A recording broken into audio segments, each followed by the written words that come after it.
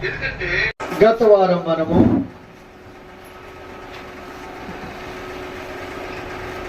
మానవ జీవితంలో రెండు జననాలు ఉన్నాయని తెలుసుకున్నాం. మానవ జీవితంలో రెండు జననాలు ఉంటాయని తెలుసుకున్నాం. పిల్లరా, మానవ జీవితంలో మనకు తెలిసిన సత్యం ఏంటంటే మనిషికి ఎన్ని జననాలు ఉంటాయి? సహజంగా ఒకటి. మరణాలు ఎన్ని ఉంటాయి? ఒకటి అనేదే మనకు తెలుసు. ఎందుకంటే తల్లి గర్భము నుంచి జన్మించేటువంటి జీవితం అనేది ఒక్కటే మనకు తెలుసు. అదే రకంగా యేసు ప్రభు చెప్పుచున్నటువంటి సత్యం ఏంటంటే మనకి తెలియనటువంటి మహా గొప్ప మర్మాలను బయలుపరిచేదే ఈ జీవ గ్రంథం అండి. కనుక ఒక మానవుని యొక్క జీవితంలో జన్మలు రెండుంటాయని తెలియచేయబడింది.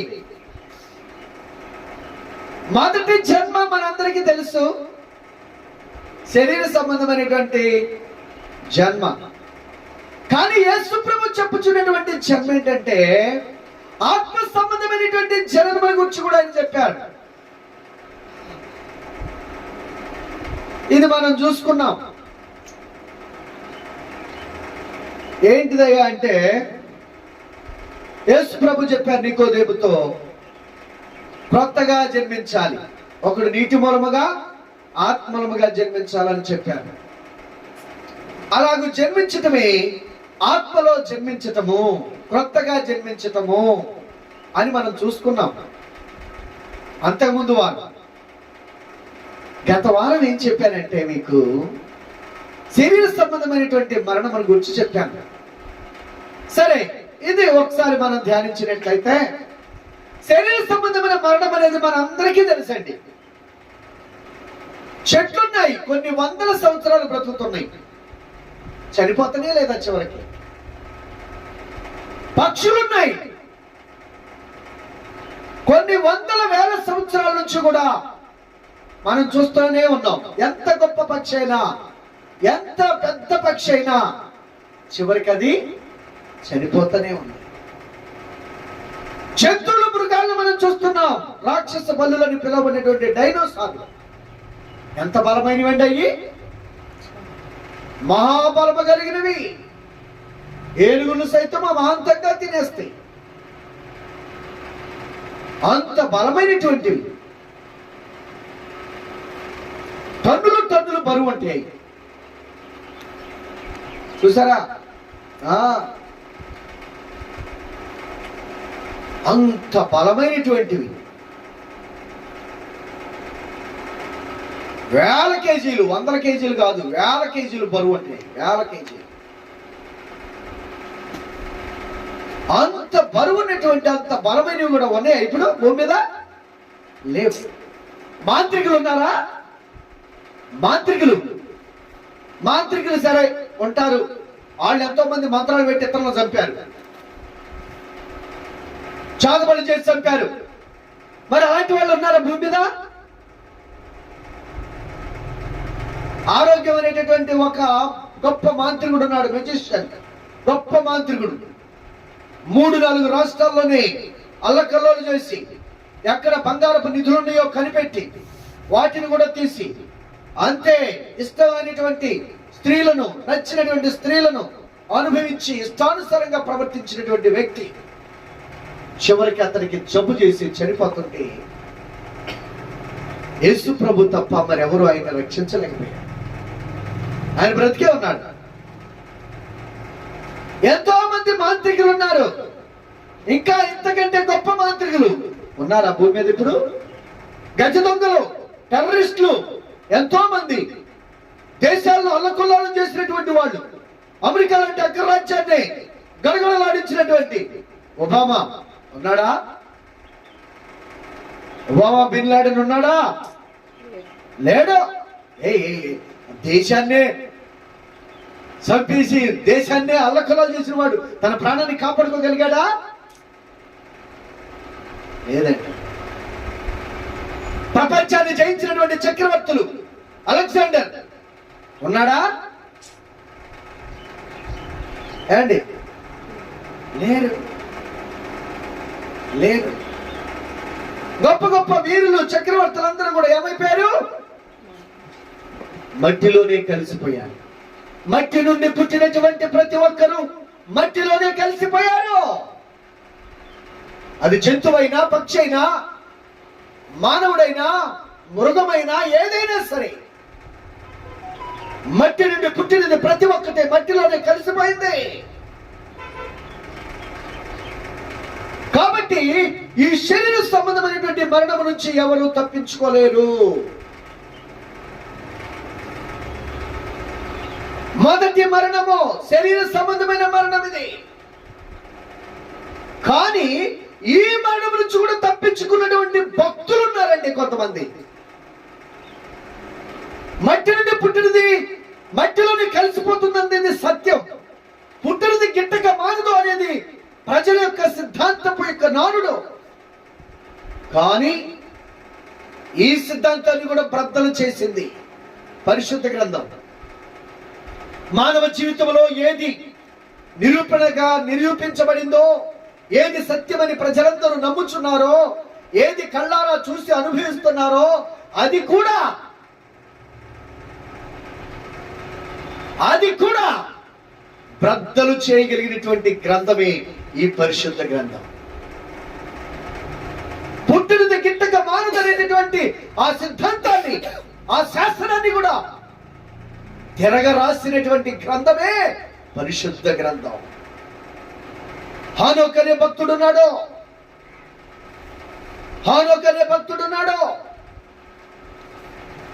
చూడండి రావు గారు, ఆది కాండము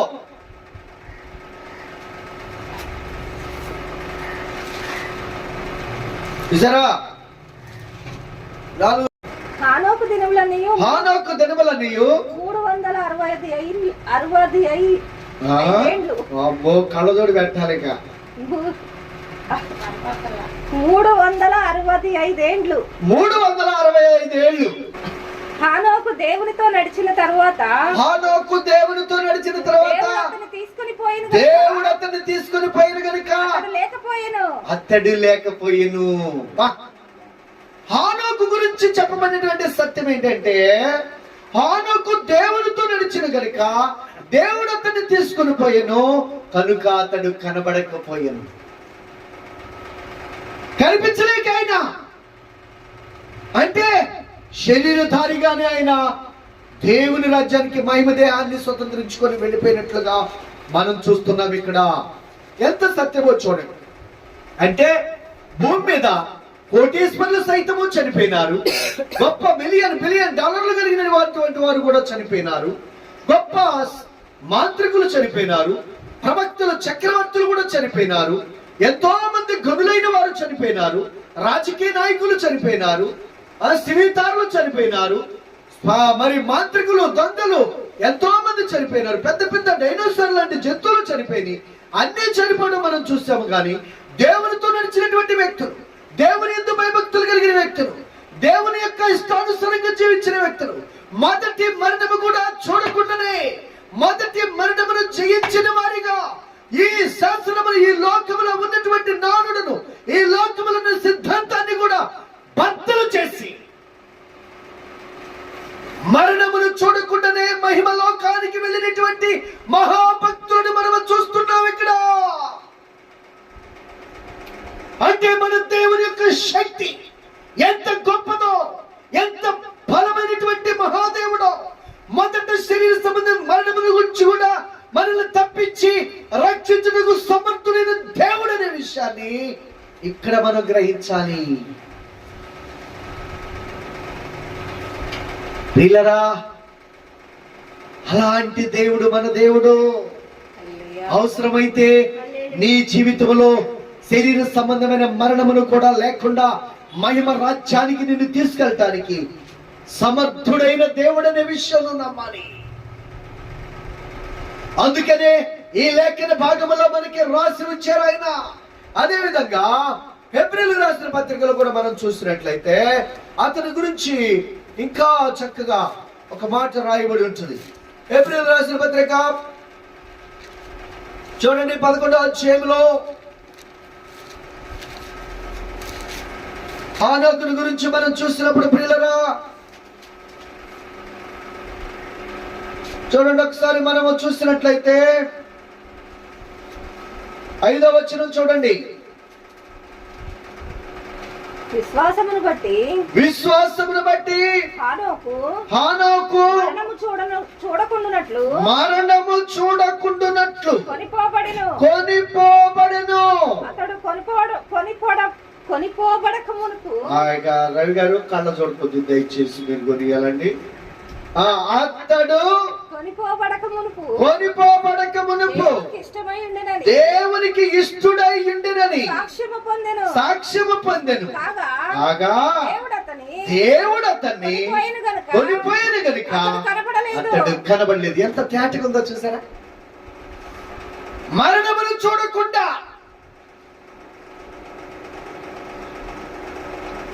నీవు ఆరాధిస్తున్న దేవుడు ఎంత శక్తివంతుడో తెలుసా? నీ కొరకు ప్రాణం పెట్టి తిరిగి లేచినటువంటి ఆ పరిశుద్ధుడైనటువంటి ప్రభు నజరేయుడైన యేసు ఎలాంటి శక్తి కలిగిన దేవుడో తెలుసా? తన భక్తుడను మరణమును చూడకుండానే, మరణమును లేకుండానే మహిమ లోకానికి అతన్ని తీసుకుని వెళ్ళారట. కారణం ఏంటంటే దేవునికి ఇష్టడుగా బ్రతికాడంట ఆయన. ఈ రోజున మనం భక్తి చేస్తున్నాము కానీ దేవునికి ఇష్టమైన భక్తి చేయట్లా. ఈ రోజు మనం క్రైస్తవులుగా బ్రతుకుతున్నాము కానీ దేవునికి ఇష్టమైనటువంటి బ్రతుకు మనలో లేదు. అనేకమైనటువంటి ఆజ్ఞల విషయంలో, అనేకమైనటువంటి కట్టడల విషయంలో, అనేకమైనటువంటి విధుల విషయంలో మనము తప్పిపోతున్నాము. కాబట్టి మనము దేవుణ్ణి దుఃఖపరిచే వారిగా ఉంటున్నాం.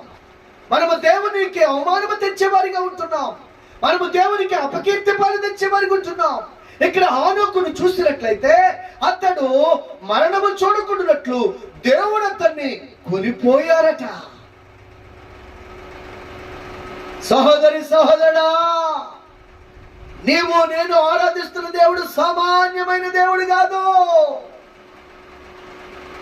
మొదటి మరణము, శరీర సంబంధమైన మరణమును కూడా లేకుండా మృత్యుంజయులుగా మనల్ని నిత్య జీవానికి చేర్చడానికి సర్వశక్తి కలిగినటువంటి మహా గొప్ప దేవుడు ఆయన.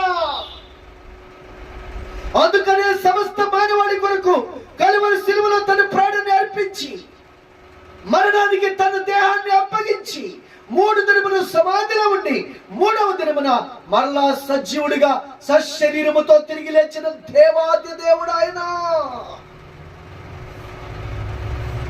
కనుక ఈ రోజు మనము అలాంటి శక్తి కలిగిన దేవుణ్ణి భక్తితో ఆరాధిస్తున్నామా?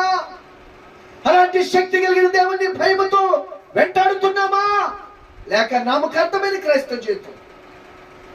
ఇందాక మన సహోదరులు ప్రార్థన చేసినట్లుగా ఆయన శరీరం అంటే, ఆయన రక్తం అంటే కొంతమందికి ఎంత చులకనంటే ప్రియులరా, ఏదో నామకార్థంగా వచ్చి ఈరోజు పల్లారాధన అండి, ఈరోజు జీవాహారం అండి, ఈరోజు రొట్టె ద్రాక్షరసం అంటే తీసుకుంటా ఉంటారు. పవిత్రమైనటువంటి ఆయన దేహము, పరిశుద్ధమైనటువంటి ఆయన రక్తము, అది నీ ఆత్మకు ఆహారముగా ఆయన అనుగ్రహించారు. నువ్వు తినే ఈ రకరకాలైనటువంటి పదార్థములు అన్ని కూడా శరీర సంబంధమైన ఆహారం, కానీ ఆయన శరీరమైన రక్తము నీ ఆత్మకు ఆహారము, పానమై ఉన్నది. దాన్ని ఎంతో పరిశుద్ధముగా పవిత్రముగా తీసుకోవాలి. దాన్ని తీసుకునే ముందు దేవుడు ఎవరో తెలుసా? మిమ్మల్ని మీరు పరీక్షించి దీన్ని తీసుకోండి. అలా మిమ్మల్ని మీరు పరీక్షించుకోకుండా దీన్ని యేసుక్రీస్తు శరీరమని, యేసుక్రీస్తు రక్తమని వివేచింపక తిని త్రాగువాడు తనకు శిక్షా విధి కలుగుటకే తిని త్రాగుచున్నాడు. తేటగా రాశారు ప్రభు. కనుక ప్రియులరా, మొదటి మరణం నుంచి కూడా మనల్ని విడిపించగలిగినటువంటి దేవుడు మన దేవుడు. హానోకు దేవునికి ఇష్టడుగా బ్రతికాడట.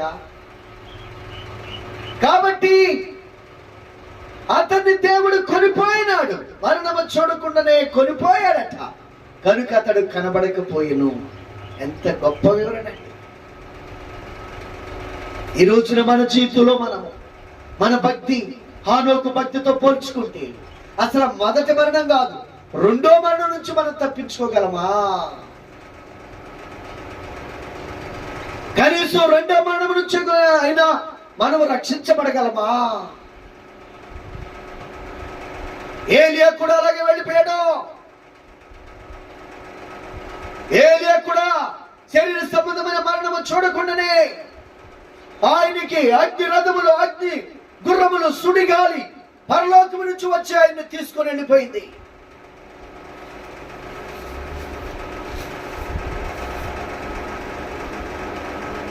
ఏలియా అతడు కూడా దేవునితో నడిచిన వాడు, విశ్వాసములో మహా గొప్ప.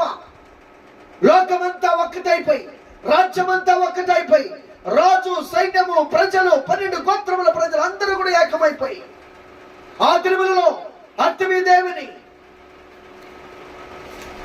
ఇంకా రకరకమైనటువంటి దేవతలను వారు ఆరాధిస్తుండగా, పూజిస్తుండగా, బయలు దేవతలను ఆరాధిస్తుండగా, పూజిస్తుండగా యెహోవాయే ఒక్కడే దేవుడని వారందరి ముందు సవాలు చేసి తన దేవుని శక్తి ఏంటో నిరూపించి యెహోవాయే దేవుడని కనపరిచిన మహాభక్తుడాయన. ఈరోజు మన పిల్లలకు మనం మన దేవుని చూపించగలుగుతున్నామా? ఈరోజు మన బంధువులకు, మన స్నేహితులకు మన పిల్లలను మన దేవుని శక్తి ఏంటో చూపించగలుగుతున్నామా? మారిన భర్తలకు, మారిన భార్యలకు దేవుని శక్తి ఏంటో మనం చూపించగలుగుతున్నామా? ఆయన రాజ్యాన్నే మార్చగలిగినాడు, రాజుల యొక్క జీవితాలనే, చట్టాలనే తిరగరాసినాడు. లోకమంతా ఏకమై దేవుడు ఈ దేవుడే అంటే లేదా దేవుడు కాదు, ఇదిగో ఈ దేవుడే నిజ దేవుడని నిరూపించినటువంటి భక్తుడు ఆయన. యెహోవా యందు భయభక్తులు కలిగి ఉన్నవాడు. ఆయన సెలవు లేకుండా ఏది ఆయన చేయలేదట. దేవుని చిత్తాన్ని భూమి మీద నెరవేర్చిన వాడు, దేవుని సెలవు లేకుండా ఏది తన జీవితంలో చేయనటువంటి వాడు. కనుక దేవుడు అతన్ని ఏం చేశాడు? పరలోకానికి తీసుకెళ్ళాడు. ఆ తర్వాత చూసినట్లయితే ప్రియులారా, యేసు ప్రభు ఉన్నారు. యేసు ప్రభు ఆయన కూడా మనుష్యుడే, తల్లి గర్భం నుండి పుట్టారు శరీరధారిగా. కానీ పరిశుద్ధుడు, పరిశుద్ధాత్మను పుట్టినవాడు, జన్మత పాపము లేనివాడు. ఈ లోకములో కూడా అతను ఏ పాపమో చేయలేదు, ఏ దోషమో ఆయనకి అంటలేదు. కనుక 3 కోర్టులకు తీసుకెళ్ళాం, కానీ 3 కోర్టులో కూడా ఆయన నిరపరాధని నిరూపించబడింది.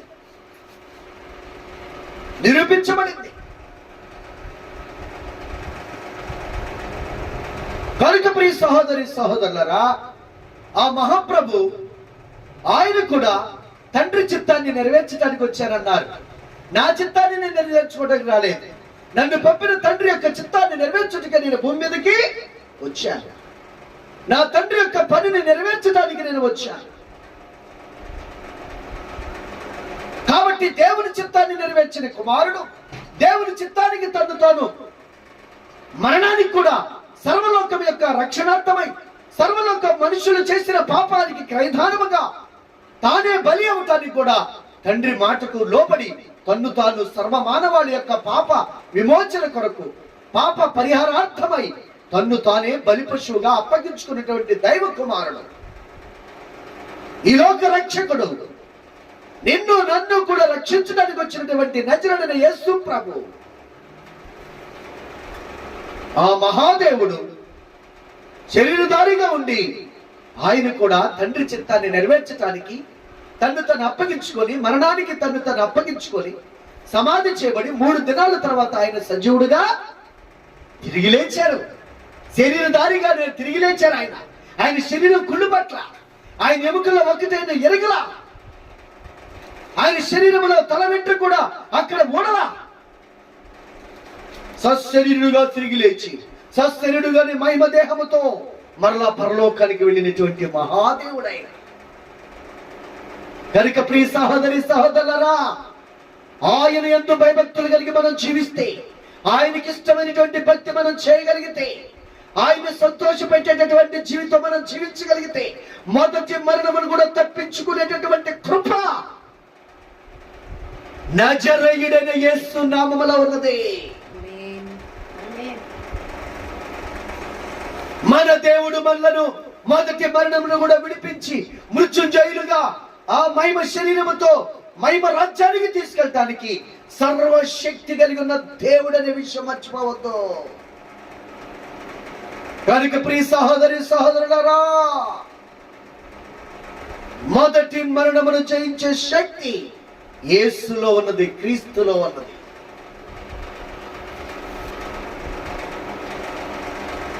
ఆ తర్వాత ఇక శరీర సంబంధమైన మరణము ప్రభువులోనైతే అది కూడా లేదు.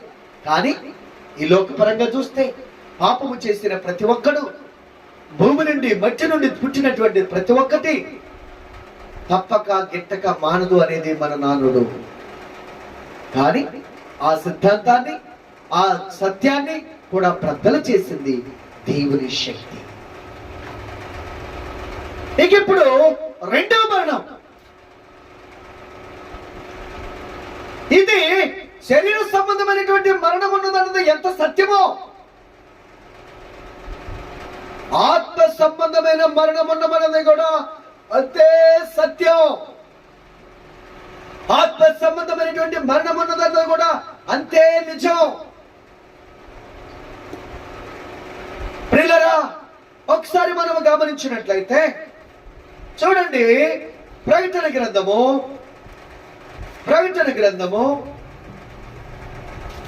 20వ అధ్యాయములో 11వ వచనం నుండి మనం చూసినట్లయితే, మరియు ధవళమైన మహాసింహాసనమును దాని యందు ఆసీనుడై ఉన్న ఒకరిని చూచితిని. భూమి ఆకాశములు ఆయన సముఖము నుండి పారిపోయెను. వాటికి నిలువ చోటు లేకపోయెను. మరియు గొప్పవారేమి కొద్దివారేమి వృద్ధులైన వారందరూ, జాగ్రత్తగా రాలి, ఇక చనిపోయిన వారందరట ఆ సింహాసనము ఎదుట నిలబడి ఉండుట చూచితిని. అప్పుడు గ్రంథములు విప్పబడెను. మరియు జీవ గ్రంథమును వేరొక గ్రంథము విప్పబడెను. ఆ గ్రంథముల యందు రాయబడి ఉన్న వాటిని బట్టి తమ క్రియల చొప్పున మృతులు తీర్పు పొందిరి.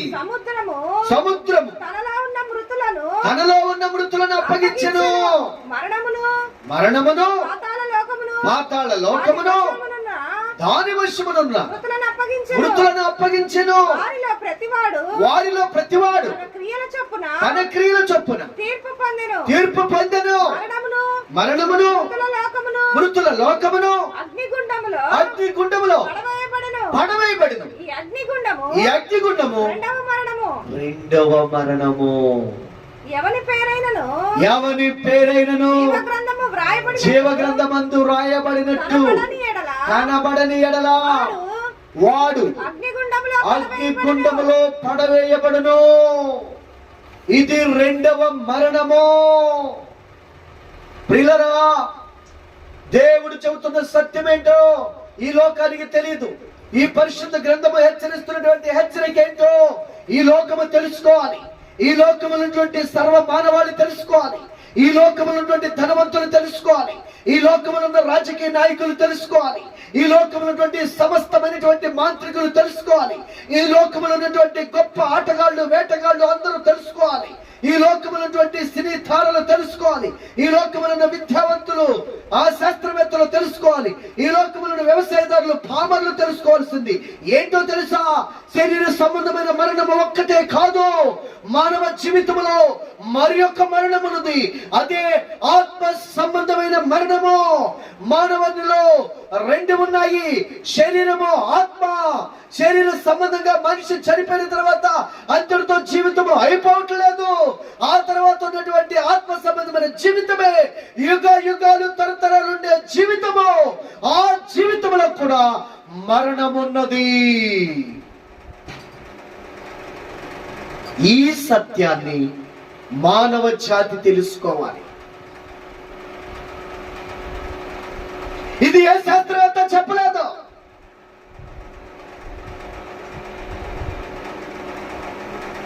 ఏ శాస్త్రవేత్త చెప్పలా.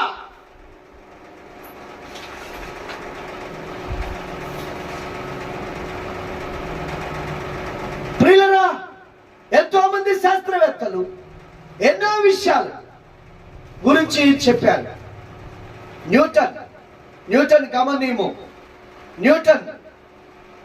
జాన్ న్యూటన్ అనేటటువంటి శాస్త్రవేత్త ఈ పరిశుద్ధ గ్రంథాన్ని చదివి జరగబోయేటటువంటి వాటన్నిటిని గురించి ఆయన తెలియచేశాడు. మన మధ్య ఆయన యొక్క డైరీ దొరికిందట. ఆయన డైరీలో అంతాన్ని గురించి కూడా రాసుకున్నాడట. ఆయన ఈ భూమి ఎలా అంతమవబోతుంది, ఎప్పుడు అంతమవబోతుంది అనే విషయాన్ని కూడా ఆయన రాసుకున్నాడట ఆయన గ్రంథంలో. న్యూటన్ అంటే ఇవాళ ఫిజిక్స్, కెమిస్ట్రీ, మనం చదివే ఫిజిక్స్, కెమిస్ట్రీ, రసాయన శాస్త్రం ఎవరిదంటే ఆయనే ప్రముఖుడు. జాన్ న్యూటన్ పరమాణువులను, అణువులను, పరమాణు సిద్ధాంతాన్ని, న్యూటన్ గమన నియమం, న్యూటన్ సిద్ధాంతాలు, అవే ఈ రసాయన పదార్థాలు ఇవన్నీ కూడా తయారు చేయబడినవి. దేనివల్ల?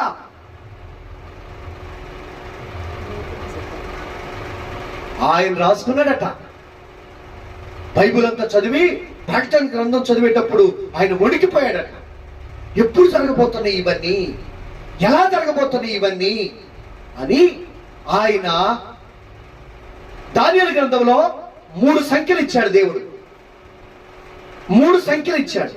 ఆ సంఖ్యలు ఇప్పుడు వద్దులేండి, అది పెద్ద పాఠం అది. ఆ సంఖ్యల గూర్చి, ఆ సంఖ్యలకి దేవుడు చెప్పినటువంటి కాలానికి ఒక టైం తీసుకొని ఆ టయానికి ఈ సంఖ్యలు కూడితే వచ్చే కాలంలో ఏం జరుగుతుందో కూడా ఈ గ్రంథంలో రాయబడి ఉన్నదని శాస్త్రవేత్త పరిశోధన చేశాడట. న్యూటన్ అనే శాస్త్రవేత్త పరిశోధన చేసి, జాన్ న్యూటన్ ఆయన రాశాడు 2060కి యుగాంతము జరగబోతుంది. ఇప్పుడు జరిగే యుద్ధాలన్నింటినీ కూడా చెప్పాడు ఆయన. 2000కి ఏం జరగబోతుందో, 2000కు ముందుకు 19వ సంవత్సరంలో మొదటి ప్రపంచ యుద్ధం ఎప్పుడు జరగబోతుందో, రెండో ప్రపంచ యుద్ధం ఎప్పుడు రాబోతుందో, భయంకరమైనటువంటి ప్రళయాలు ఎప్పుడు సంభవిస్తున్నాయో అన్ని ఆయన యొక్క డైరీలో రాశాడట. పలాని సమయంలో పలాంది జరిగింది, పలాంది సమయంలో పలాంది జరగబోతుంది అని రాసుకున్నాడట. ఆయన చెప్పినట్లుగానే అన్ని కూడా జరుగుతున్నాయి. ఇప్పుడు కూడా జరగబోతుంది. 2060కి ఎంత ఉంది? ఎంత ఉందండి ఇంగ్లీష్ మేడం గారు? లెక్కల మేడం లేరు మాకు. 2060 అంటే ఇప్పుడు 2065. ఇంకెంత ఉంది టైం మనకి? అబ్బా, ఓన్లీ 35 years.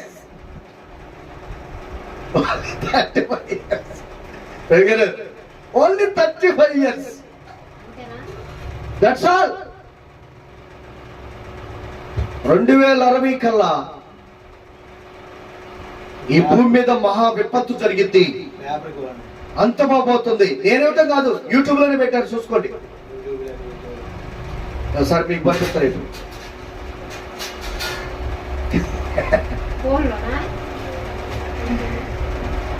నిన్నే చూశాను నేను.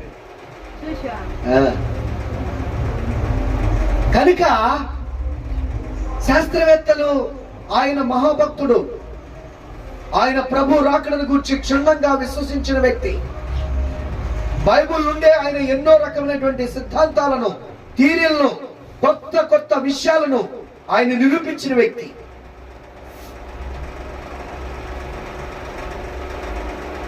ఇవాళ రసాయన శాస్త్రం, భౌతిక శాస్త్రం చదువుకున్నామంటే ఆయన దానికి ఆద్యుడు.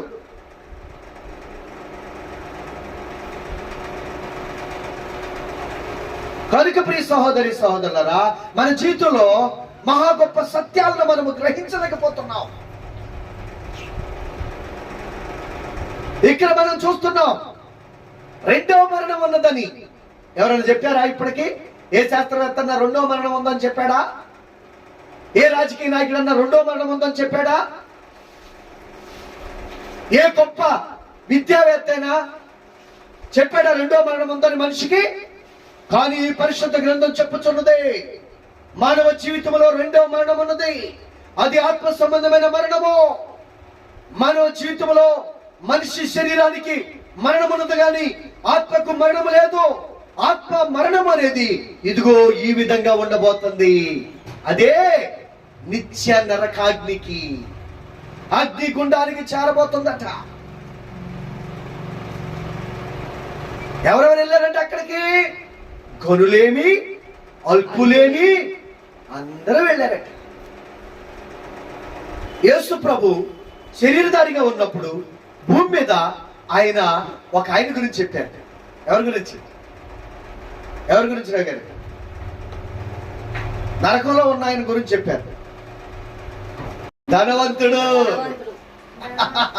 గుర్తుంది కదా? అది రాట్లా.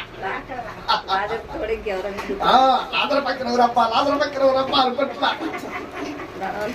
ధనవంతుడు. లోక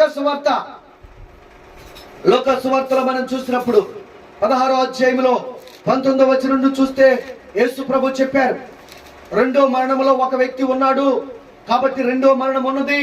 అతడు ఇక్కడ భూమి మీద చనిపోయాడు. తన శరీరం అయితే పాతి పెట్టబడింది కానీ తన ఆత్మ అయితే అగ్ని గుండముల వేతన చెందుతున్నది అని యేసు ప్రభువే చక్కగా వివరించాడు భూమి మీద ఉన్నప్పుడు. చదవండి. ధనవంతుడు ఒకడు ఉండెను. అతడు ఊదారంగు బట్టలను సన్నపు నార వస్త్రములను ధరించుకొని. చూడండి, ఇక్కడ మనం గమనించినట్లయితే ప్రియులరా,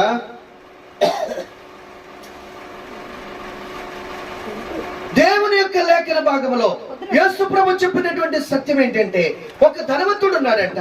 అతడు ఉదారంగు వస్త్రములను సన్నపు నార వస్త్రములను ధరించిన వాడై ప్రతిదినము బహుగా సుఖపడుచుండువాడు. లాజరు అని ఒక దరిద్రుడు ఉండెను. వాడు కురుపులతో నిండిన వాడై ధనవంతుని ఇంటి వాకిట పడి ఉండి అతని బల్ల మీద నుండి వాడు రొట్టె ముక్కలతో ఆకలి తీర్చుకొని కోరెను. అంతేకాక కుక్కలు వచ్చి వారి కురుపులు నాకెను. ఆ దరిద్రుడు చనిపోయి దేవదూతల చేత అబ్రహాము రొమ్మున ఆనుకొనుటకు కొనిపోబడెను. ధనవంతుడు కూడా చనిపోయి పాతి పెట్టబడెను. అప్పుడు అతడు ఎక్కడంటండి? పాతాళములో. జాగ్రత్తగా రాలి ఇది. ధనవంతుడు కూడా చనిపోయి పాతి పెట్టబడెను. శరీరం ఏం చేయిందంట? పాతి పెట్టబడింది. అప్పుడు అతడు మళ్ళీ ఏంటి? చనిపోయిండు, పాతి పెట్టబడిండు. మళ్ళీ అప్పుడు అతడు పాతాళములో బాధపడుచు కన్నులెత్తి దూరము నుండి అబ్రహామును అతని రొమ్మున ఆనుకొని ఉన్న లాజరును చూచి తండ్రివైన అబ్రహాము నా యందు కనికరపడి తన వ్రేలి కొనను నీళ్లలో ముంచి నా నాలుకను చల్లార్చుటకు లాజరును పంపుము. అబ్బా, లాజరును పంపి అయ్యా. నేను ఈ అగ్ని జ్వాలలలో వేతన పడుచున్నానని కేకలు వేసి చెప్పెను. అందుకు అబ్రహాము, జాగ్రత్తగా గమనించండి, అందుకు అబ్రహాము, కుమారుడా నీవు నీ జీవిత కాలం అంతా నీకిష్టమైనట్టు సుఖము అనుభవించితివి.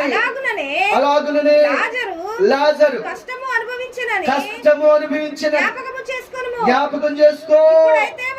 ఇప్పుడైతే వాడు ఇక్కడ నెమ్మది పొందుచున్నాడు. నీవు యాతన పడుచున్నావు. అంతేగాక ఇక్కడి నుండి నీ యొద్దకు దాటగోరు వారు దాటిపోజాలకుండునట్లు అక్కడి వారు మా యొద్దకు దాటి రాజాలకుండునట్లు మాకును నీకును మధ్య ఉంచబడి ఉన్నదని మహాగాధము ఉంచబడి ఉన్నదని చెప్పాను. చెప్పి ఏమండి ఎంత తేటగా యేసయ్య చెప్పారండి. మనుషులు వింటున్నారు కానీ మనసులోకి తీసుకోవట్లా. మనుషులు వింటున్నారు కానీ హృదయంలోనికి తీసుకోవట్లా దాన్ని. ఈ రోజున ఎంతో మంది వారి జీవితంలో పిల్లరా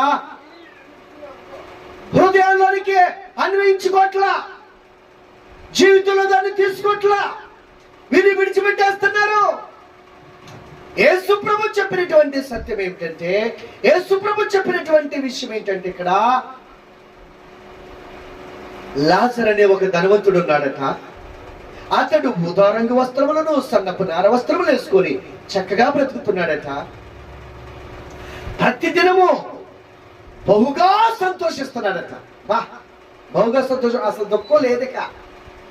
ఏం తినాలో అది తింటున్నాడు, ఏం త్రాగాలో త్రాగుతున్నాడు, ఏం ధరించుకోవాలో ధరించుకున్నాడు, ఎలా సుఖించాలో సుఖ పడుతున్నాడు, ఎవరిని ఏ విధంగా అనిపించాలో అనిపిస్తున్నాడు. ఇక అన్ని తన జీవితంలో బహు సుఖానుభవంతో ఉన్నాడండి.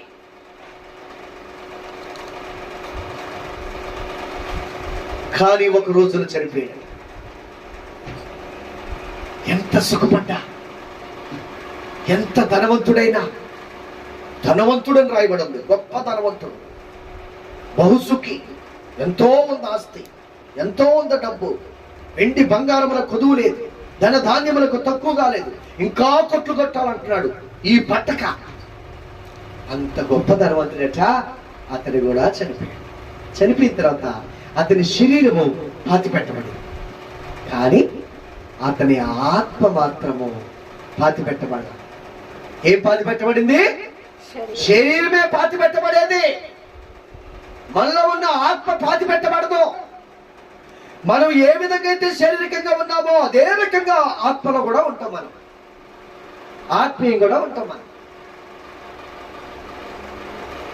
కనుక ప్రియ సహోదరి సహోదరులారా, ఇక్కడ మనం గమనించినప్పుడు చూడండి, ఇక్కడ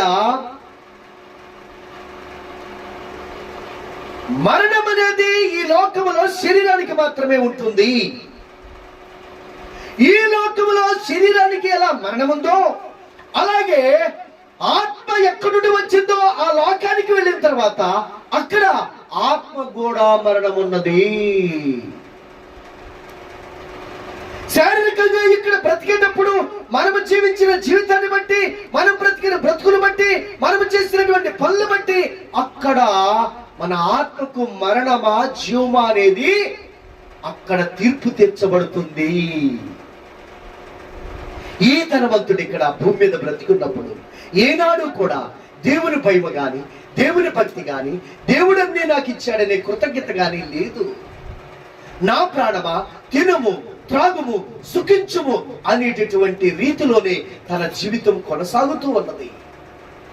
అలా ఉండు చేత, తన ఇష్టానుసారంగా బ్రతుకుడు చేత, తను సృష్టించిన సృష్టికర్త ఎవరో ఎరగకుండా చనిపోవడం చేత, తన కొరకు ప్రాణం పెట్టినటువంటి ప్రాణదాత ఎవరో తెలుసుకోకుండానే చనిపోవటం వల్ల, తన కొరకు సమస్తమును ఈ భూమి మీద సృష్టించినటువంటి తన మహా గొప్ప తండ్రి అయిన దేవుడు ఎవరో తాను ఎరగక చనిపోవటం వల్ల అతని ఆత్మట ఎక్కడికి వెళ్ళిందంట?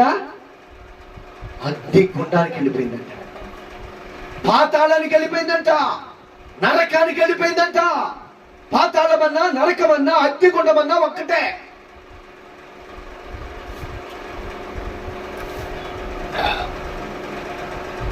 అక్కడికి వెళ్ళిపోయింది. ఆత్మ అంటే నరకానికి వెళ్ళేటటువంటి, అక్కడ ఆత్మకు మాత్రం చావు లేదు. యుగాలు తరతరాలు అక్కడ బ్రతికే ఉంటది ఆత్మ. ఎప్పుడు అగ్ని ఆరదు, పురుగు చావ మండుతూనే ఉంటది. ఆ మంటల్లోనే అరుతుండంట. ఎంత వేడంటే అక్కడ ఇంచుమించు 2000 ఫారెన్హీట్ కంటే ఎక్కువ వస్తువు ఉందట. ఇక ఎంతో మరి మనకు తెలియదు. 2000 ఫారెన్హీట్ కంటే ఎక్కువ అంటే ఇక ఎంతో. ఎందుకు 2000 అని చెప్పుచున్నాము అని అంటే, శాస్త్రవేత్తలు పరిశోధన చేశారు. అసలు భూమి కింద నరకం ఉందా, అగ్నిగుండం ఉందా, పాతాళం ఉందా లేదా అని శాస్త్రవేత్తలు పరిశోధన చేసి వాళ్ళు ఒక పెద్ద మెటల్ తో తయారు చేసినటువంటి దాన్ని భూమి క్రిందకే డ్రిల్లింగ్ చేసుకుంటూ పంపించారు. ఈ మెటల్ ఇంచుమించు 2000 డిగ్రీల ఫారెన్హీట్ ఉంటేనే కరిగిద్దట. అంతకంటే తక్కువ ఉంటే ఈ మెటల్ కరగదట. కాబట్టి ఇది కొన్ని కిలోమీటర్లు వెళ్ళిన తర్వాత ఈ మెటల్ కరిగిపోతుందట. మెటల్ కరిగిపోతుందట. దాన్ని బట్టి అక్కడ 2000 డిగ్రీల ఫారెన్హీట్ ఉష్ణం ఉందని నిరూపించారు, తెలియజేశారు మనకు. దాని క్రింద ఉంది ఇంకా, అంటే ఇంకా అక్కడంతా వేడి ఉందో మనకు తెలియదు. ఏంటిది ఎందుకు అని వాళ్ళు కెమెరాలు పంపించినప్పుడు మనుషుల కేకలు, అరుపులు, ఏడుపులు, బొప్పలు పడుతున్నాయి. అప్పుడు కనుగొన్నారు 200 మంది శాస్త్రవేత్తలు కూడా, బైబుల్ సత్యము, ఇది మామూలు గ్రంథము కాదు, ఇది దైవ గ్రంథము, ఇది మానవ జాతిని రక్షించడానికి దేవుడిచ్చినటువంటి జీవ గ్రంథమని ఆ 200 మంది మహా గొప్ప శాస్త్రవేత్తలు కూడా యేసు ప్రభుని రక్షకుడిగా అంగీకరించి మారు మనసు పొంది వాళ్ళు దేవుని రాజ్యానికి వారసులయ్యారు. కనుక ప్రియ సహోదరి సహోదరులారా, లాజరు నరకములో ఉండి కేకలు పెడుతున్నాడు, అరుస్తున్నాడు, తండ్రి అయిన అబ్రహామా, ఈ మంటల్లో నేను కాలిపోతున్నాను, తట్టుకోలేకపోతున్నానయ్యా, ఈ మంటలు నేను తట్టుకోలేకపోతున్నాను, ఈ వేదన నేను తట్టుకోలేకపోతున్నాను. కాబట్టి నీ యొక్క కుడి రొమ్మును ఆనుకున్న లాజరును పంపించి తన చిటికెన వెళుతూ ఒక్క బొట్టు నీళ్లు నా నాలుక మీద వేయమని చెప్పండి అయ్యా. అప్పుడు అబ్రహం గారు అన్నారు, అయ్యా మేము నీ దగ్గర రావటానికి, మీరు మా దగ్గర రావటానికి అవకాశం లేదు, మీకు మాకు మధ్య పెద్ద అగాధం ఉన్నది, దాన్ని దాటి మీరు యువతలకి రాలేరు, మేము అవతలకి రాలేము. అదేనండి రెండవ మరణం, ఆత్మ సంబంధమైన మరణం. అది దాని నుంచి మనం తప్పించుకోవడానికి మన జీవితాన్ని మనం మార్చుకోవాలి, మన బ్రతుకును మనం దిద్దుకోవాలి. ఈరోజు మనము రెండవ మరణం ఉన్నదని, ఆత్మ సంబంధమైన మరణం ఉన్నదని మనం తెలుసుకుంటున్నాం. శరీర సంబంధమైన మరణము ఎంత ఉన్నదని సత్యమో, అలాగే ఆత్మ సంబంధమైన మరణము కూడా ఉన్నదనేది కూడా అంతే సత్యం. కాబట్టి ఈరోజు రెండో మరణం నుంచి తప్పించుకోవడానికి మనం ఏం చేయాలి, ఒక్కసారి మనం పరిశీలన చేసుకుందాం. రెండో మరణం ఉన్నది కాబట్టి మన జీవితంలో మనం ఎలా బ్రతకాలనేది ఒక్కసారి మనం పరిశీలన చేసుకొని ప్రభు సన్నిధిలో ప్రార్థన చేసుకుందాం. పరిశుద్ధుడైన తండ్రి, ప్రేమ కలిగిన ప్రభువా, జాలి కలిగిన దేవా, నీ పాదాలకే స్తుతులు స్తోత్రం. నాయన, భూమి మీద ఉన్నటువంటి శరీర సంబంధమైన మొదటి మరణం మాత్రమే కాదు కానీ రెండో మరణం కూడా మాకుందని తెలియజేసిన మహాదేవుడు ప్రభువా, అందుకే మీకు స్తుతులు స్తోత్రములు చెల్లించున్నాం. పరమ తండ్రి, నీ కృపలో జ్ఞాపం చేసుకో, ఈ రెండో మరణం నుంచి మేమందరము విడిపించబడాలయ్యా. విడిపించబడటానికి మమ్మల్ని ప్రేమించి ఈ సత్యాన్ని మాకు బయలుపరిచారయ్యా, ఈ వాక్యాన్ని మాకు బోధిస్తున్నారయ్యా. దేవా, మా పట్ల మీకెంత ప్రేమ, మీకెంత జాలి ప్రభు, మా పట్ల మీరెంత కృప కలిగి ఉన్న దేవుడు అయ్యా. అందుకే మీకు స్తుతులు చెల్లిస్తున్నారు. ఈ బిడ్డలు ఒక్కొక్కరిని బలపరచండి, మీరు ఎక్కడి కింద భద్రపరచండి, మీ సన్నిధిని దయచేయండి. ఎక్కడ దుష్టుడికి అధికారం లేకుండా చేయండి, ఎక్కడ సాతానికి స్థలం లేకుండా చేయమని ఆయన మీ దక్షిణ హస్తము తోడుగా ఉంచండి ఆయన. ప్రభా, నీ కృపలో బలపరచమని అయ్యా పాత్రుడు తండ్రి, నా ప్రార్థన ఆలకించమని ఎక్కడ దుష్టుడికి అధికారం లేకుండా చేసి ప్రభా, ధనవంతుడు ఎలాగూ చనిపోయి శరీరం అయితే ఈ భూమి మీద పాతి పెట్టారు కానీ ఆత్మ అయితే చావు లేనిదిగా వెళ్ళిపోయింది ప్రభా. అగ్ని గుండములో కాలి వేదనతో వరుపులు, కేకలు, ఏడుస్తూ రోదన చేస్తూ కేకలు వేస్తున్నాడు ప్రభా. కాబట్టి నాయనా, మాకు కూడా రెండో మరణం ఉన్నది అనే సత్యాన్ని మాకు తెలియజేసినందుకు మీకు వందనాలు. రెండో మరణం నుంచి మమ్మల్ని విడిపించడానికే మీరు మా కొరకు నాయనా ఈ గొప్ప అవకాశాన్ని ఇచ్చి జీవితం వచ్చినందుకు మీ స్తుతులు స్తోత్రాలు ప్రభు. మమ్మల్ని దిద్దుకోవడానికి, సరి చేసుకోవడానికి మాకు సహాయం చేయండి. మీరే కనికరించి రెండవ మరణం నుంచి మేము ఎలా తప్పించుకొని రక్షించబడాలో ఆ కృపను మాకు అనుగ్రహించి నడిపించి మహిమ పొందమని క్రీస్తు నామమున ప్రార్థించి వేడుకొనుచున్నాను తండ్రి, ఆమేన్.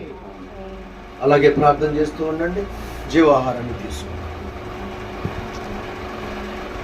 నీ రక్తమే నన్ను శుద్ధీకరించు, నీ రక్తమే నా బలము, నీ రక్తధారలే ఇలా పాపికాశ్రయము నీచును. పరిశుద్ధ తండ్రి పాపిని కడిగి పవన పాచుము. పరిశుద్ధ తండ్రి పాపిని కడిగి పవన పాచుము. నీ రక్తమే, నీ రక్తమే. ప్రార్థన చేసుకోండి, ప్రార్థన చేసుకుందాం. పరిశుద్ధుడా, పరిశుద్ధుడా, ప్రేమ కలిగిన ప్రభువా, నీ పాదాల స్తుతులైనా, ఇదేదో నాయన బలారాధన అని, ఇదేదో రొట్టె ద్రాక్షరసమని తీసుకొని వద్దు నాయన. ఇది ఒక నా తండ్రి నాయన, మహా గొప్ప మహిమ కార్యము నాయన, మహా గొప్ప దైవ కార్యము నాయన. ఇది అతి పరిశుద్ధమైనటువంటి దేవుని కార్యము నాయన. కాబట్టి ప్రభువా, ఈ దైవ కార్యములో, ఈ ఆత్మ సంబంధమైన కార్యములో, ఆత్మకు ఆహారమైనటువంటి నా తండ్రి యొక్క నాయన అయ్యో జీవ కార్యములో మేము పరిశుద్ధంగా పవిత్రంగా పాలు పొబ్బలు పొందే భాగ్యము దయచేయండి ప్రభువా. ఈ బిడ్డల పట్ల కనికరించు నాయన, కృప చూపించు నాయన, మీ కరుణా కటాక్షాలు దయచేయండి ప్రభువా. ఇది నా శరీరం మీ ఆత్మకు ఆహారమైనదని అన్నారు. ఇదిగో ఇది నా రక్తము, ఇది మీ యొక్క ఆత్మకు పానీయమైనదని సెలవిచ్చారు ప్రభువా. దేవాది మీ స్తుతులు, స్తోత్రాలు. మీ శరీరం మీ రక్తమే మా ఆత్మకు ఆహారముగా పానీయముగా ఇచ్చిన పరమ తండ్రివి నాయన. ప్రేమ కలిగిన దేవుడు నాయన, జాలి కలిగిన దేవుడు నాయన. అందుకే మీకు స్తుతులు చెల్లిస్తున్నాను. ఇదిగో మీ శరీరంలో పాలు పంపులు పొందుతున్న ప్రతి బిడ్డను ఒక్కొక్కరిని దర్శించండి. ప్రతి పాపమును, ప్రతి దోషమును క్షమించు నాయన. ఎవరు బలహీనైపోకుండా, ఎవరు అనారోగ్యనొస్తకుండా, ఎవరు నా కాలమరణానికి గురవకుండా మీ రాజ్యము కట్టడానికి, మీ బిడ్డలుగా బ్రతకటానికి, మీ సాక్షులుగా జీవించటానికి, నశించిన ఆత్మను రక్షించటానికి ప్రభువా నూతన బలము, నూతన శక్తిని పొందుకునే కృపను దయచేయండి తండ్రి. మీరు కనికరించి మమ్మల్ని కడిగి శుద్ధీకరించమని క్రీస్తు నామమున ప్రార్థించి వేడుకొనుచున్నాను తండ్రి, ఆమేన్. నీ సిలువలో కాచినట్టి విలువైన రక్తములోన పరమ పవన కడుగుము, పవిత్ర పరచుము పాపిని. నీ రక్తమే, నీ రక్తమే నన్ను శుద్ధీకరించు, నీ రక్తమే నా బలము. దయచేసి అందరూ తీసుకుంటేనండి. అంతటా భోజనమైన పిమ్మట ఆయన గిన్నె పట్టుకొని కృతజ్ఞతాస్తుతులు చెల్లించి, ఇదిగో మీ కొరకు నేను చిందించిన నా నిబంధన రక్తం, దీనిలోని తీసుకొని త్రాగినప్పుడెలను నా మరణ పునరుద్ధానముల జ్ఞాపం చేసుకోమన్న దేవా మీ స్తుతులు, స్తోత్రాలు అయ్యా. మీ మరణం అది మా మరణం ప్రభువా, మమ్మల్ని క్షమించండి. మీరు దేవుడు, దైవ కుమారుడు కాబట్టి సశరీరుడుగానే ఒక్క ఇంటు కూడా కమలేదు, ఎక్కడ రాలలేదు. మీ శరీరములో ఒక్క అవయము కూడా నాయన, ఒక్క అణువు కూడా అక్కడ మిగలలేదు తండ్రి, ఒక్క ఎముక కూడా ఎరగలేదు. శరీరధారిగానే మీరు నాయన పునరుద్ధానుడై తిరిగి లేచి పరమునకు వెళ్ళినటువంటి మహాపరిశుద్ధుడు అయిన దేవుడు ప్రభువా, సజీవుడు అయిన దేవుడు ప్రభువా, జీవమరణానికి అధికారి అయిన దేవుడు నాయన. అందుకే మీ స్తుతులయ్యా, స్తుతులయ్యా, స్తుతులయ్యా, స్తోత్రములయ్యా. మీ రక్తములో పాలు పంపులు పొందుతున్న ఈ బిడ్డలు అలాగే రెండో మరణము నుంచి తప్పించబడి పునరుద్ధాన శక్తితో సజీవులుగా తెరపడి నిత్య జీవంలో పరలోకములో ప్రవేశించే కృపను మాకు అనుగ్రహించి మీ నామానికి మహిమ తెచ్చుకోమని యేసుక్రీస్తు వారి యొక్క సర్వశక్తి కలిగిన నామమున దీనముగా ప్రార్థించి వేడుకొనుచున్నాను తండ్రి, ఆమేన్. అందివలే పొర్లిన నన్ను, కుక్కవాలే తిరిగిన నన్ను, ప్రేమతో చేర్చుకుంటివి. ప్రేమార్హానికి స్తోత్రము, ప్రేమతో చేర్చుకుంటివి. ప్రేమార్హానికి స్తోత్రము. దయచేసి తీసుకొని త్రాగండి ప్రభు రక్తం. అంతటా వారు లేచి కీర్తన పాడి ఒలివ కొండకెళ్ళిన రీతిగా మనమందరం కూడా చివరి వచనాన్ని పాడుకుందాం. నన్ను వెంబడించు సైతానుల్, నన్ను బేదారించు సైతానున్, దునుమాడేది నీ రక్తమే, దయించేది నీ రక్తమే, దునుమాడేది నీ రక్తమే, దయించేది నీ రక్తమే, నీ రక్తమే, నీ రక్తమే నన్ను శుద్ధీకరించు, నీ రక్తమే నా బలము. స్తుతి మహిమ ఘనతయు యుగ యుగంబులకును, స్తుతి పాత్రానికి చెల్లును, స్తోత్రార్హానికి తాగును, స్తుతి పాత్రానికి చెల్లును, స్తోత్రార్హానికి తాగును. పరిశుద్ధుడైన తండ్రి, ప్రేమ కలిగిన ప్రభువా, జాలి కలిగిన దేవా, దయగలిగిన తండ్రి, నీ పాదాలు స్తుతులు స్తోత్రాలు ఆయన. మమ్మల్ని చూచున్న దేవా మీ స్తుతులయ్యా, మా స్థితిగతులన్నీ ఎరిగిన దేవా మీ స్తుతులయ్యా, మా యొక్క భక్తిహీనత బలహీనతలు ఎరిగిన దేవా మీ స్తుతులు స్తోత్రాలయ్యా. మమ్మల్ని క్షమించి నీ బిడ్డలుగా మార్చును ఆయన. నీ వాక్యానుసారమైన జీవితం మాకు దయచేయండి అయ్యా. లాజర్ లాగా ఏమీ లేకపోయినా నాయన నీతిగా బ్రతుకుతూ మాకు నేర్పించండి అయ్యా. రెండో మరణం నుంచి తప్పించబడే కృపలో మాకు అనుగ్రహించును ఆయన. నైనా నా పట్ల మా పట్ల కృప చూపించి మీరేనా తండ్రి నైనా మొదటి మరణము నుండి కూడా మీ భక్తులను రక్షించిన గొప్ప దేవుడు నాయన. కనీసం మమ్మల్ని రెండో మరణము నుంచి రక్షించి మీ కృపలో మీ రాజ్యాన్ని పొందుకునే భాగ్యాన్ని మాకు అనుగ్రహించి మీ నామానికి మహిమ తెచ్చుకోమని, అయోగ్యుల మా పాత్రము తండ్రి మా ప్రార్థన ఆలకించమని యేసుక్రీస్తు వారి యొక్క సర్వశక్తి కలిగిన నామమున దీనముగా ప్రార్థించి వేడుకొనుచున్నాను తండ్రి, ఆమేన్. మన తండ్రి అయినటువంటి దేవుని యొక్క దీవెన, కుమారుడైన యేసుక్రీస్తు వారి కృప, పరిశుద్ధాత్మ తండ్రి యొక్క అన్యోన్య సహవాసం ఇప్పుడు మనకును ఆశించిన ప్రతి బిడ్డకును తోడుగా విడిపించబడి రక్షించబడినట్లు పరిశుద్ధాత్మ నడిపించి మహిమ ఘనత ప్రభావములు ఆయనే పొందునుగాక. ఆమేన్.